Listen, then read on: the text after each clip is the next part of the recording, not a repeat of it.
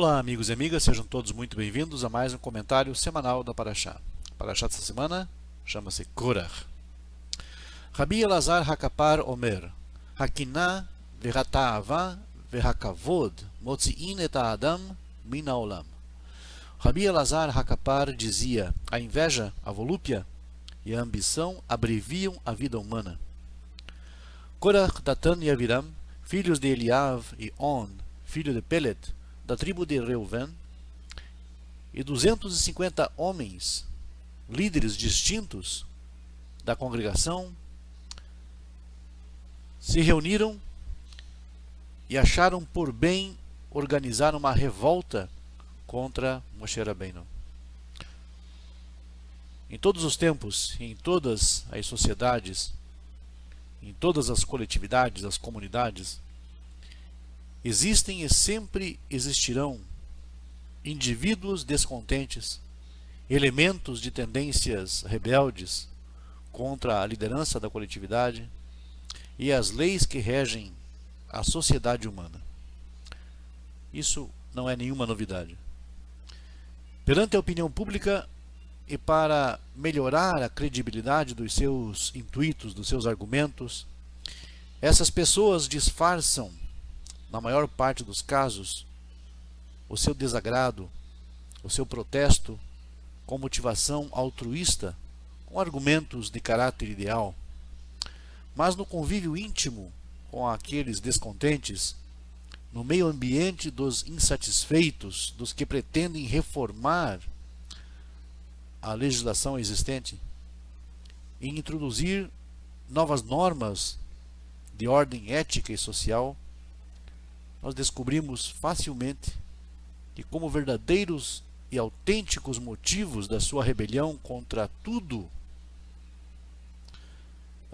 quanto para o seu ideal pareça injustiça, só existem interesses egoístas, ambições meramente pessoais, inveja, por não serem eles aqueles que ocupam posições de destaque na sociedade, por não serem eles pessoas que ocupam posições de prestígio, por não serem eles pessoas que estão adiante de algum trabalho de condução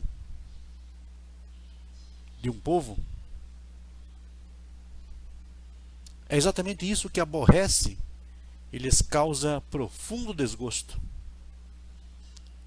As agitações que perturbam atualmente os jovens em toda parte do mundo parecem um exemplo disso. Existe uma tendência universal para classificar de revolucionários todos os movimentos da juventude, já que a idade juvenil é tida em todo o mundo como aquela em que os homens ardem na nobre e generosa indignação contra a acomodação a interesses egoístas e despropositado aferrar-se de formas ultrapassadas. Mas observa-se que os líderes da juventude desvairada, os que conduzem os jovens à marginalização, que os excluem do convívio com o seu meio ambiente, fazem-na inflamar por motivos que estão em flagrante contradição com os ideais da própria juventude.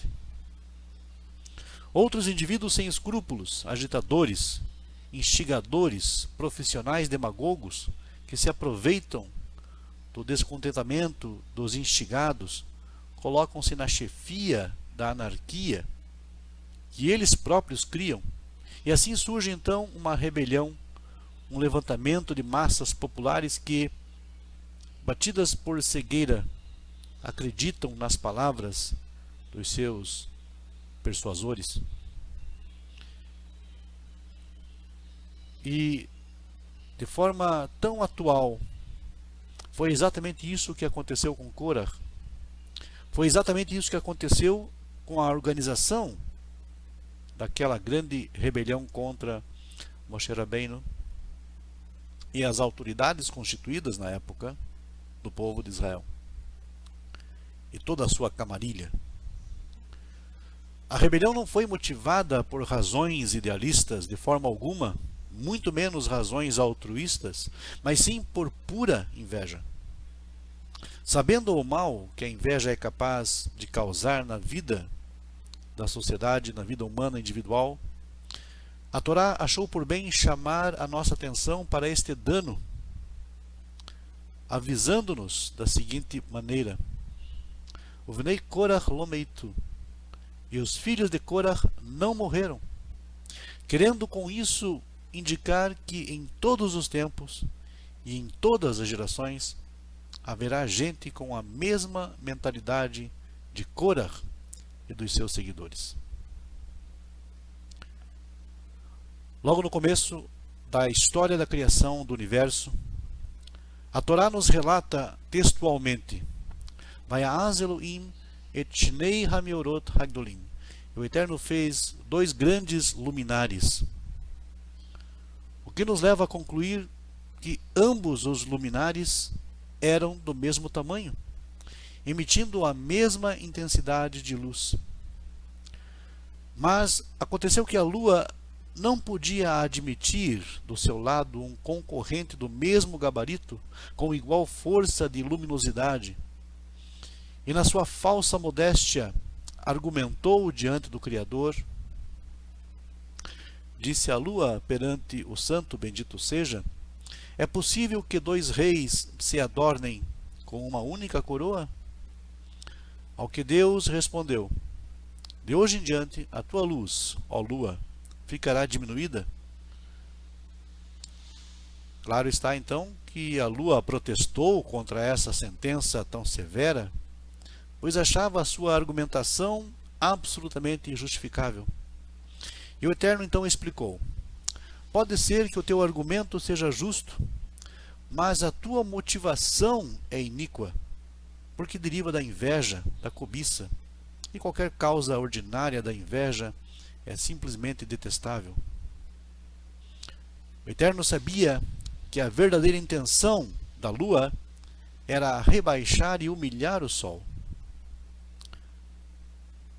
Resta-nos explicar então mais uma indagação que os racionalistas não deixarão de fazer.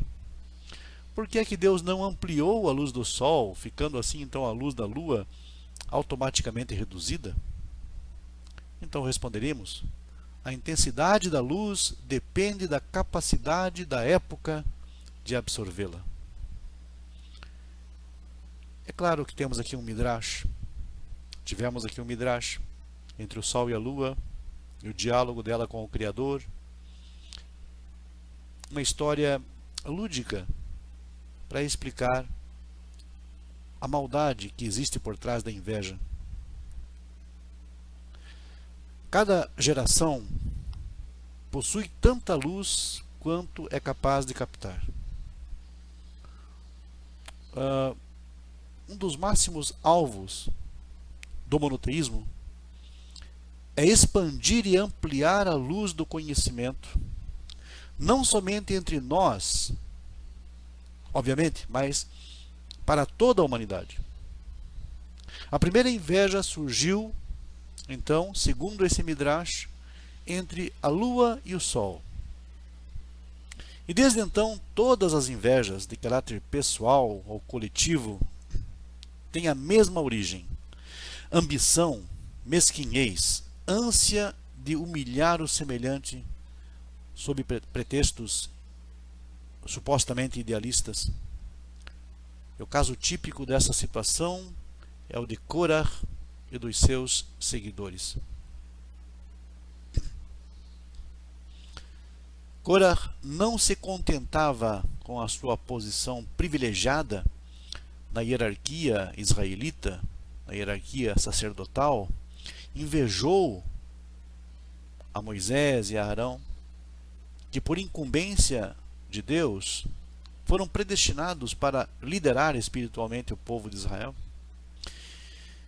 E para que o povo não os considerasse como vis rebeldes, camuflaram as suas intenções sob a falsa premissa de um ideal, uma aparência de um comprometimento com os ideais do povo, e que só procuravam, segundo os seus argumentos, defender a coletividade como tantos políticos hipócritas que nós temos hoje em nosso país. Vejamos o que nos diz a Torá a esse respeito. E ela nos diz: e congregaram-se contra Moisés, contra Aarón, e disseram: basta-vos, pois toda a congregação, todos eles são santos, e no meio deles está o Eterno. E por que então vos elevais sobre a congregação do Eterno? Em outras palavras, desde que toda a congregação de Israel é consagrada, é separada, então, de que forma vocês podem se dizer superiores? Todos nós testemunhamos a revelação divina no Monte Sinai, todos nós ouvimos o pronunciamento do Eterno, de Aseret Hadibrot, dos 10 mandamentos, da boca do Onipotente. Com que direito então vocês dois, Moisés e Aarón, estão se elevando na liderança do povo? Se um talit é todo azul, qual é o motivo dele precisar de um cordão azul celeste, Pitil Tehelet? Se uma casa está cheia de livros sagrados, por que é que ela precisa de uma mezuzá nos batentes da porta? Todas essas leis e prescrições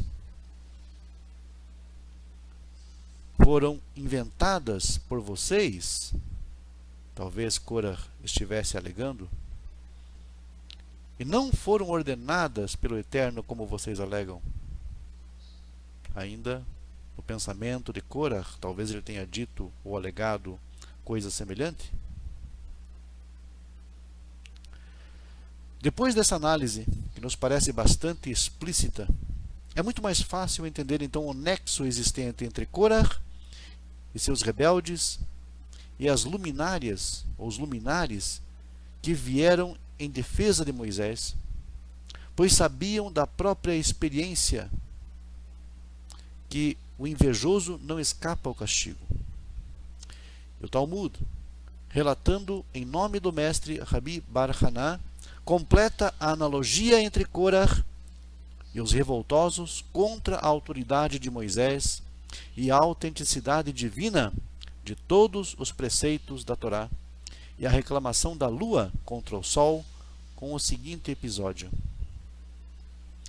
Um certo viajante disse-lhe: venha comigo e eu te mostrarei o lugar onde Korah e os seus seguidores foram tragados vivos no abismo.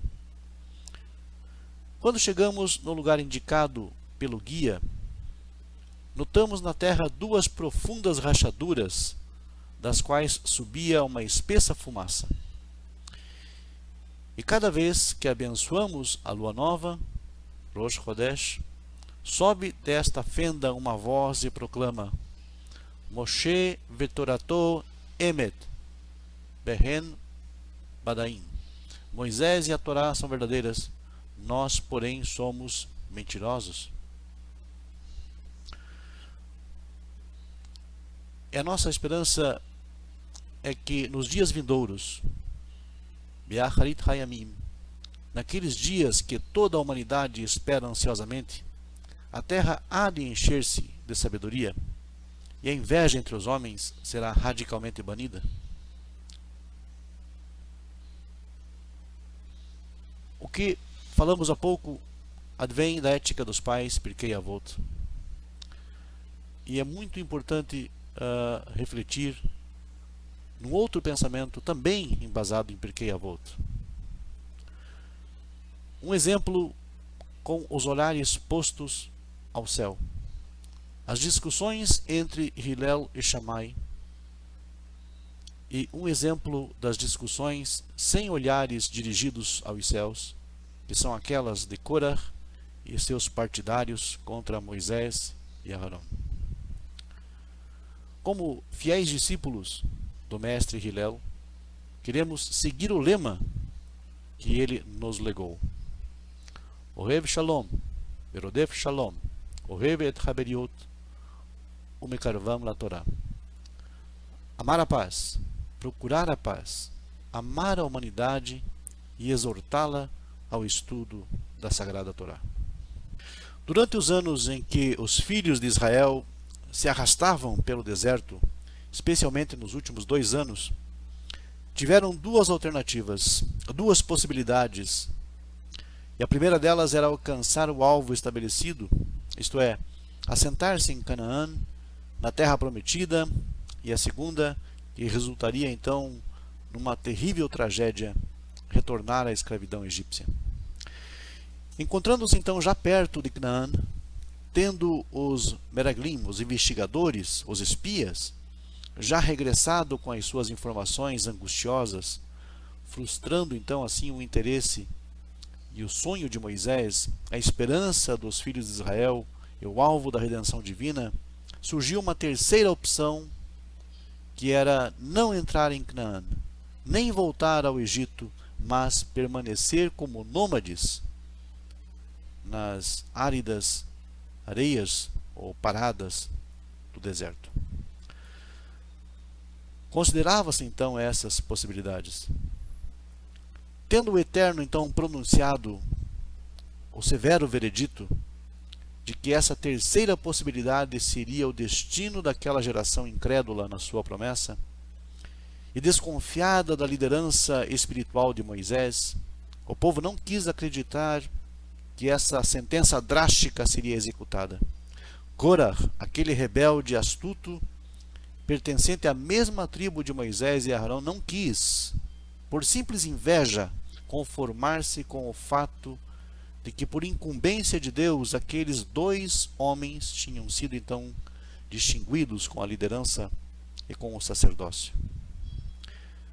Chegava agora então na sua ira a instigar as massas populares contra a autoridade de Moisés, demonstrando aos seus partidários que a maior parte das leis e preceitos da Torá não foram ensinados do Monte Sinai, mas inventados por Moisés, com o intuito de dificultar a vida religiosa dos filhos de Israel e para então lhes impor a sua autoridade.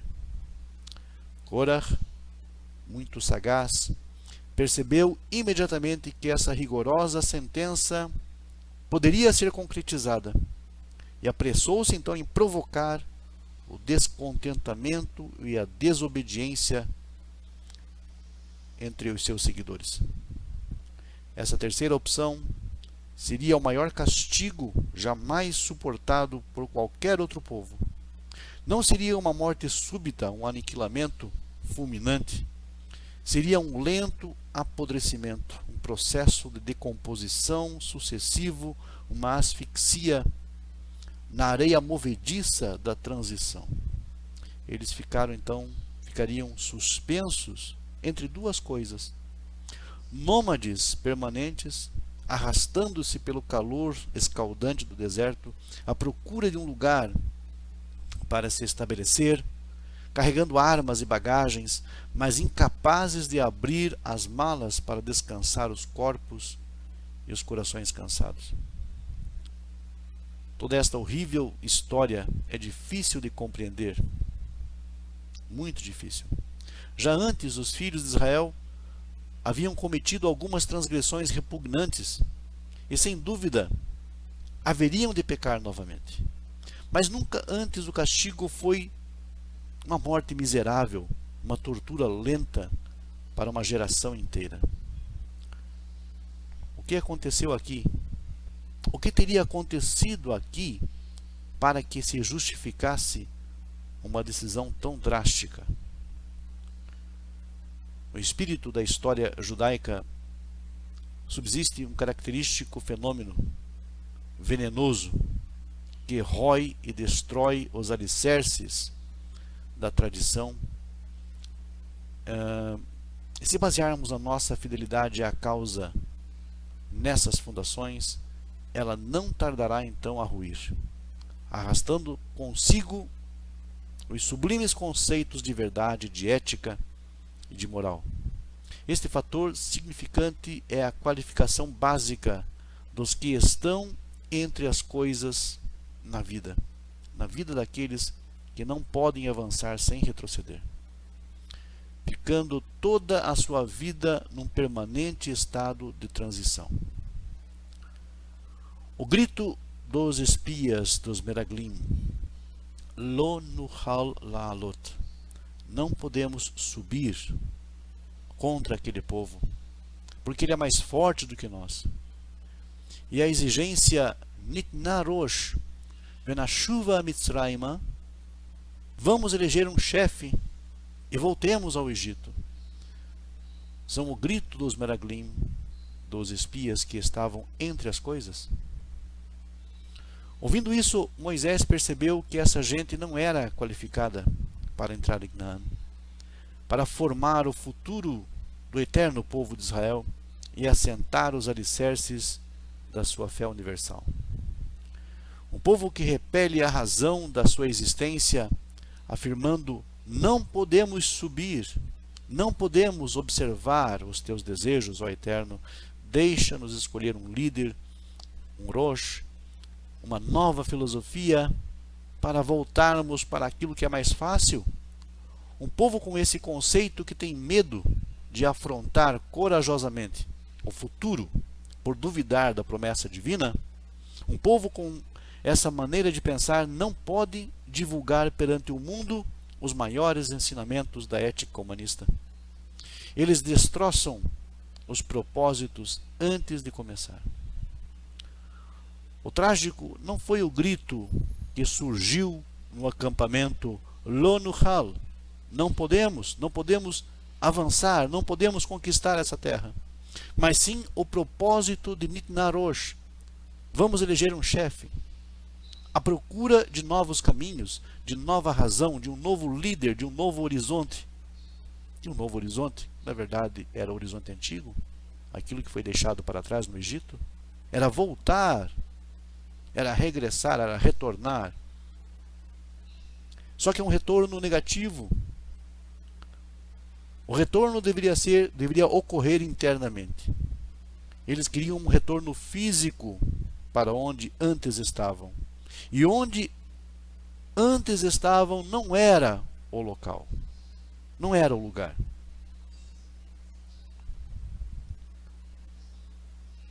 Este clamor de Lo nuchal la'alot, não podemos subir, não podemos combater este povo, porque é mais forte do que nós, é infelizmente hoje em dia o brado constante de todos, praticamente de todas as comunidades na diáspora. Nós vemos hoje em dia muitas pessoas abandonando a sua tradição, abandonando os conceitos dos antigos, dizendo Lo nuchal la'alot, nós não podemos subir, nós não podemos fazer isto que o Eterno exige de nós. Não podemos fazer. Está além do nosso alcance. Convencidos então de que não podem, convencidos de que não têm condições, buscam argumentos até racionalizarem totalmente a Torá, dizendo se tratar de qualquer outra obra como qualquer outra obra secular. Eles reinterpretam então, muitas vezes, a doutrina religiosa de seus pais, que admite a existência de Deus e a sua ação providencial no universo. O liberalismo afirma Lo nuchal, não podemos, de maneira alguma, aderir à tradição de nossos pais, de nossos ancestrais. É realmente muito triste ver tudo isso acontecendo hoje em dia.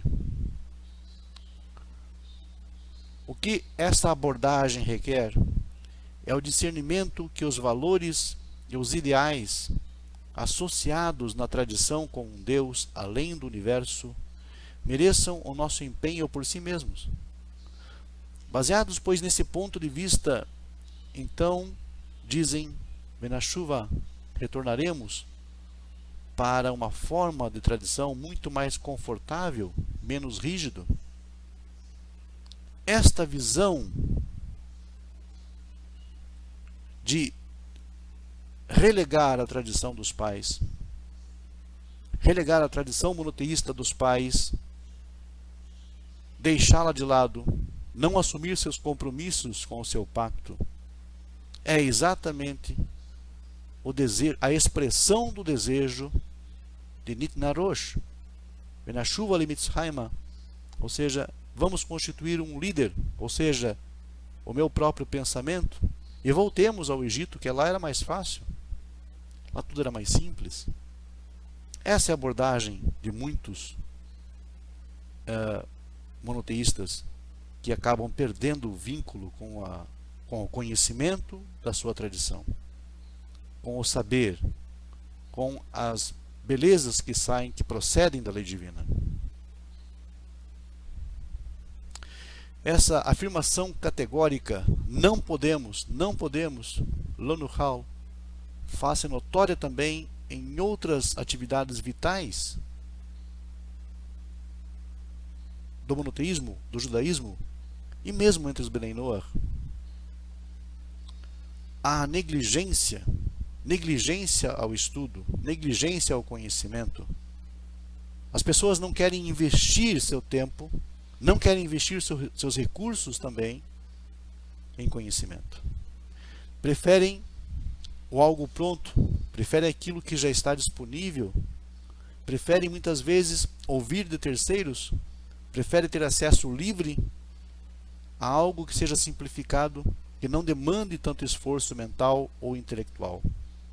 Com isso, então, perdem a essência. Com isso, perdem a oportunidade de explorar por si mesmos,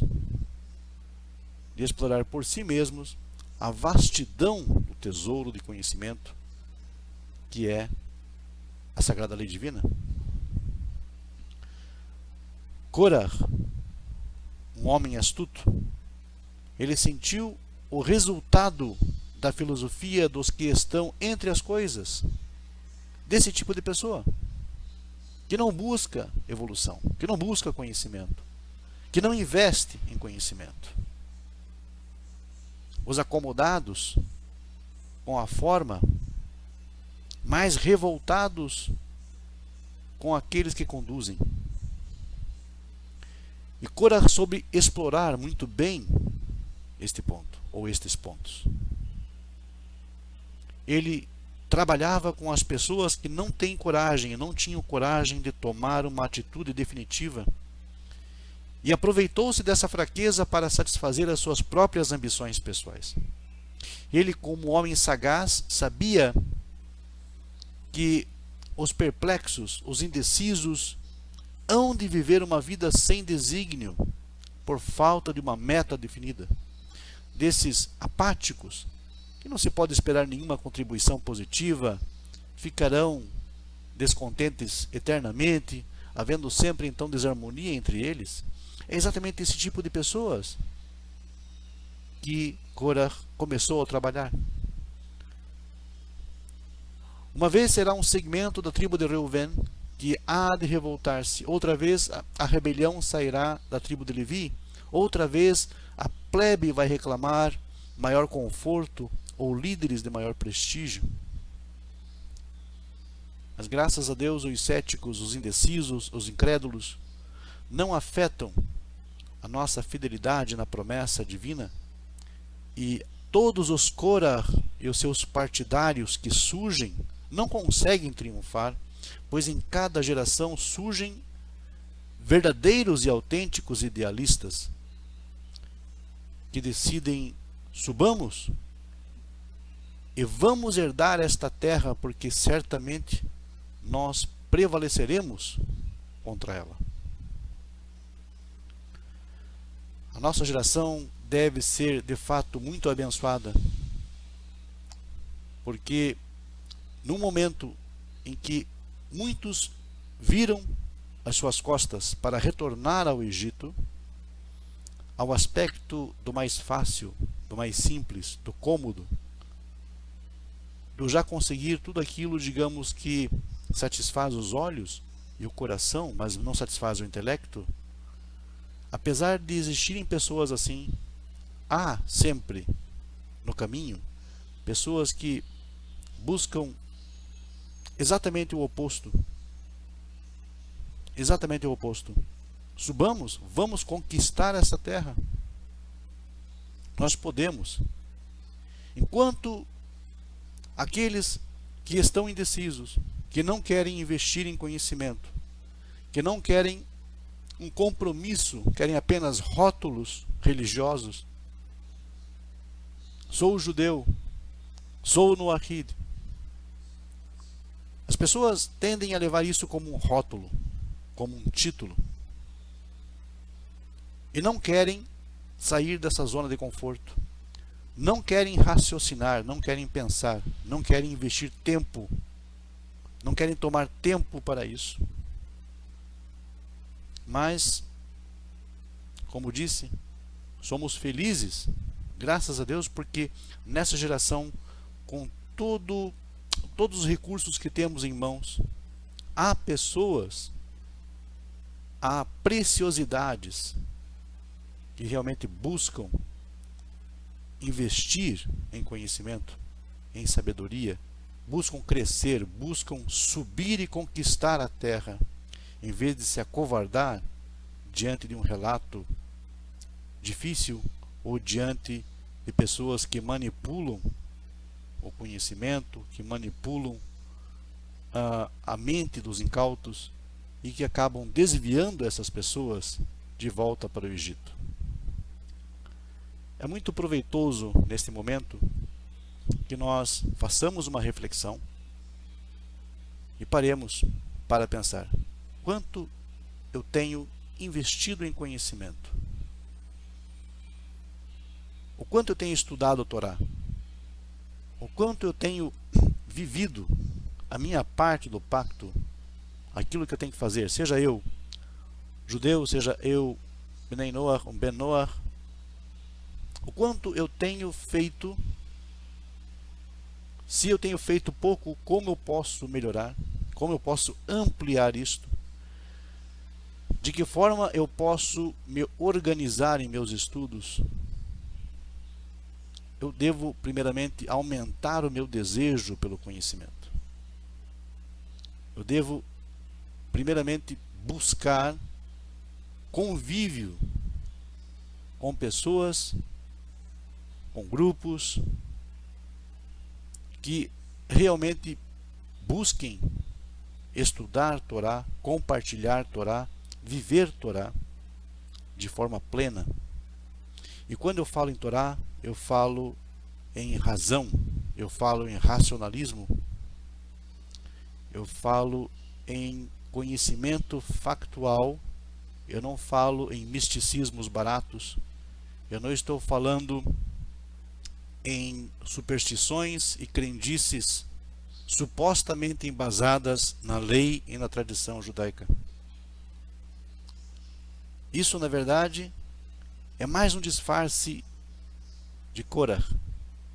Superstições, misticismos baratos, coisas que alegram o coração e alegram os olhos, é justamente aquilo que as pessoas gostariam de ver quando disseram Nashuva Mitzrayma, voltemos ao Egito. Pensemos, daqui não retornaremos, vamos encarar o nosso futuro, vamos subir, vamos marchar, vamos subir para conquistar a terra, porque ela é nossa. Pensem nisso. Muito obrigado a todos e até uma próxima oportunidade. Imir Tzeh Hashem.